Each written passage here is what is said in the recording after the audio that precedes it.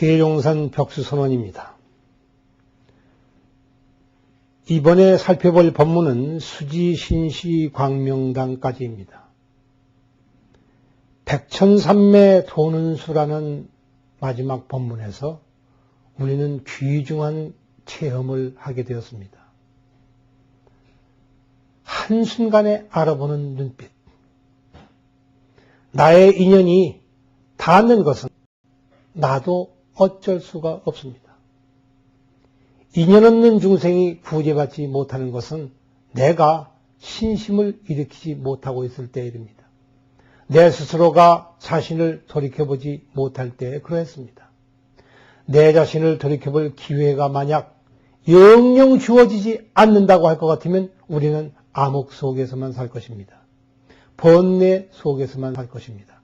마구니의 세상 속에만 살 것입니다. 그런데 저들 마구니의 세상과 번뇌의 세상과 귀신의 세상이 갑자기 없어져 버리고 모든 훌륭한 부처님의 법문이 내 자신에게로 갑자기 들어와서 갑자기 자리하고 앉음으로써 이제 더 이상 마구니의 세상이 아니게 되었다는 것은 저 신중들의 약속한 바와 똑같습니다.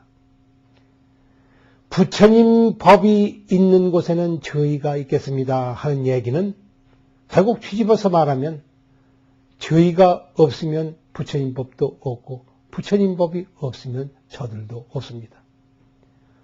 한마디 더 나아가서 얘기하면 번뇌가 없는 곳에 보리가 없습니다.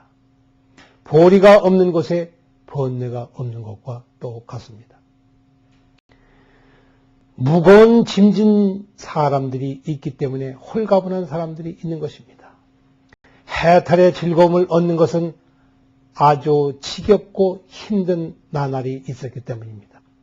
백천만 년 동안을 힘들게 살아오다가 갑자기 모든 무거운 짐들을 내려놓았을 때의 희열과 같은 것입니다.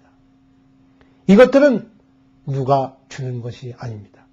관세음보살이 손이 있어서 우리에게 무거운 것을 주거나 가벼운 것을 주거나 하지 않습니다. 관세음보살 자신도 그 속에는 아무것도 가진 것이 없기 때문입니다. 아무것도 없는데 어찌 주겠습니까? 그러면 관세음보살님만 그러하신가? 열애께서만 그러하신가? 세존만 그러하신가? 조장부만 그러하신가?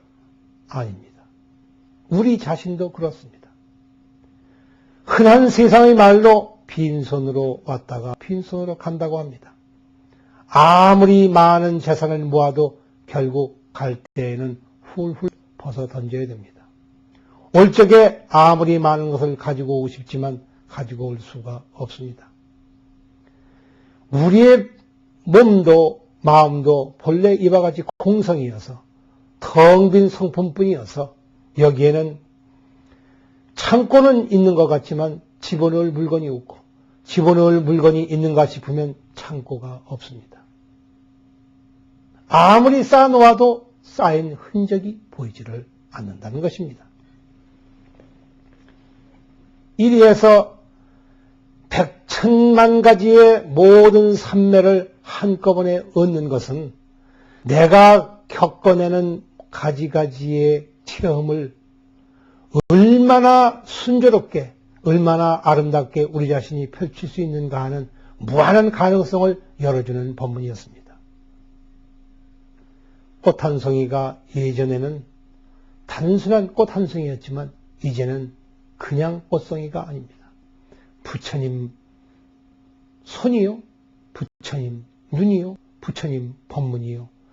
보느니 그대로 부처님이며 듣느니 그대로 부처님 법문이며 맛보느니 그대로 법미입니다. 하나도 이를 떠나서 없고 또 이 마음을 떠나서 저것들이 한 번도 존재한 적이 없습니다. 이것은 불가분의 관계가 아닙니다. 불가분의 관계라고 하는 것은 둘을 나눌 수 없다는 말인데 둘이 똑같이 없기 때문에 하는 말씀입니다. 저 유마가사께서 우리에게 일러주신 법문이 바로 이 불이법문이요 무의법문입니다. 둘이 따로 있는 것이 아니듯이 본래 둘 그 자체가 없는 것이 없습니다. 그런데 어찌 나눔에 우리가 쫓아갈 수가 있겠습니까? 보리가 있기는 있되 이것은 우리의 마음이 있고 난 다음의 문제이며 번뇌가 있되 이것은 우리의 마음이 있은 다음의 문제입니다. 내 마음이 그것에 쓸 곳이 없다면 저것이 본래 있을 수가 없는 것입니다. 없는 것을 가지고 왈가불가하는 것은 정신이 나간 일입니다. 이리해서 백천삼매를 문득 한꺼번에 다 연마해서 닦는다고 하는 문제는 이미 시간을 초월한 부처님의 법을 말씀하시는 것입니다.